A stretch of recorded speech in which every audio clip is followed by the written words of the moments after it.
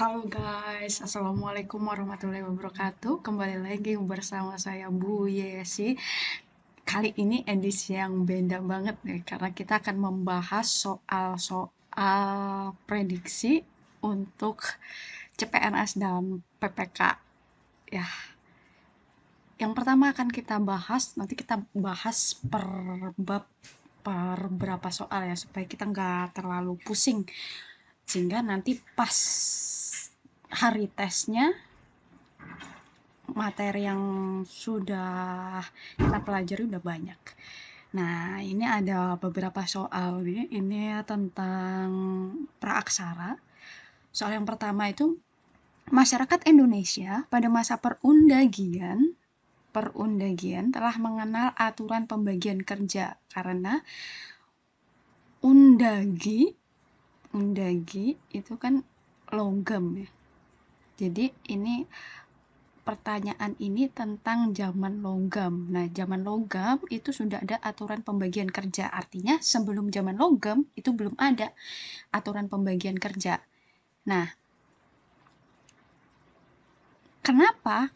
Karena apa pada masa undagi sudah mengenal pembagian kerja? Jawabannya adalah mereka telah hidup menetap. Nah, hidup menetap ini enggak dimulai dari masa perundagian ya. Sebelum perundagian pun sudah hidup menetap. Jadi, fasenya itu nomaden, semi-sedenter, baru sedenter, menetap. Nah, sebelum perundagian itu sudah menetap sebenarnya. Kemudian yang kedua merupakan masyarakat dengan kehidupan food producing. Sudah mampu memproduksi makanan sendiri, artinya dia sudah bercocok tanam. Nah, ini juga sebelum masa perundagian itu sudah bisa, masyarakat Indonesia itu sudah bisa untuk food producing. Kemudian teknologi perundagian memerlukan tenaga yang memiliki keahlian khusus. Nah, ini jawaban yang tepat itu adalah C. C ya teman-teman ya. Kenapa? Karena teknologi perundagian itu kan membuat logam tuh, membuat logam, barang-barang dari logam tuh seperti nakara, kemudian kapak, cendrasa, kayak gitu. Barang-barang dari logam, dari tembaga, perunggu, besi. Nah, itu kan punya keahlian khusus. Harus memiliki keahlian khusus. Nah, itu makanya jawabannya adalah C.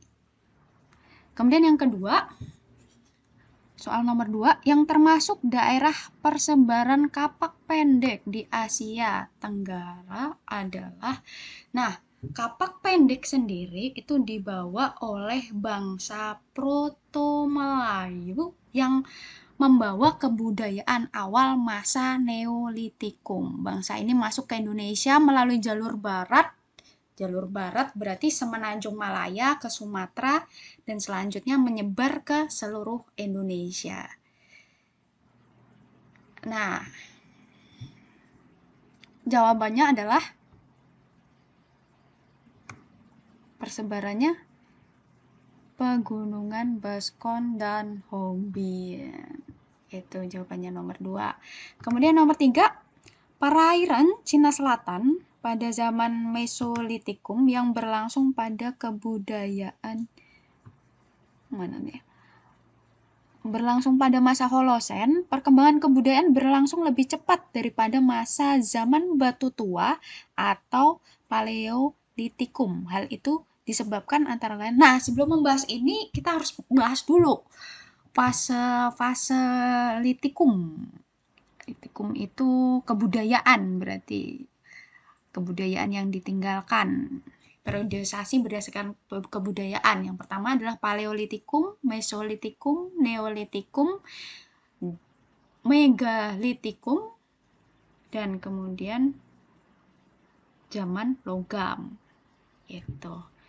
Nah, kalau ini pertanyaannya adalah manusia pendukung ya. Perairan Cina berlangsung pada masa Holosen. Perkembangan kebudayaan berlangsung lebih cepat daripada zaman Batu Tua. Hal ini disebabkan antara lain berkembangnya bercocok tanam atau food producing? Jawabannya. Nah, ini. Manusia pendukung kebudayaan Mesolitikum itu adalah Homo sapien. Homo sapien itu memiliki volume otak lebih dari 1300 cc dibanding manusia pendahulunya yang memiliki jenis yang bisa dikatakan sebagai manusia cerdas. Nah, jadi Mesolitikum itu manusia pendukungnya adalah Homo sapien, sehingga Homo sapien ini sudah mendekati seperti manusia biasa dilihat dari volume otaknya yaitu 1300 cc. Karena di pilihannya ini nggak ada yang menyebutkan tentang Homo sapien, jadi kita mengarahnya ke kebudayaannya. Kebudayaan Homo sapien itu adalah sudah mampu bercocok tanam atau food producing. Yang keempat, manusia pendukungnya adalah Homo sapien, makhluk yang lebih cerdas dari pendahulunya. Kebudayaan Megalitikum adalah mega, itu besar, batu besar. Jadi dari sini kita udah tahu ya, litikum itu kebudayaan batu. Jadi kebudayaan megalitikum berarti kebudayaan batu besar. Nah, jawabannya berarti berdirinya bangunan besar dari batu, yang dimana bangunan ini nanti digunakan untuk pemujaan, karena kepercayaan pada masyarakat Indonesia waktu itu masih berupa animisme dan dinamisme. Nah, itu dulu 4 soal yang kita pelajari. Jangan lupa subscribe, like, and comment. Karena kalau banyak yang subscribe, banyak yang nonton, semakin banyak lagi soal yang akan keluar. Terima kasih, selamat belajar. Sampai jumpa, semoga sukses di kelas Bu Yes.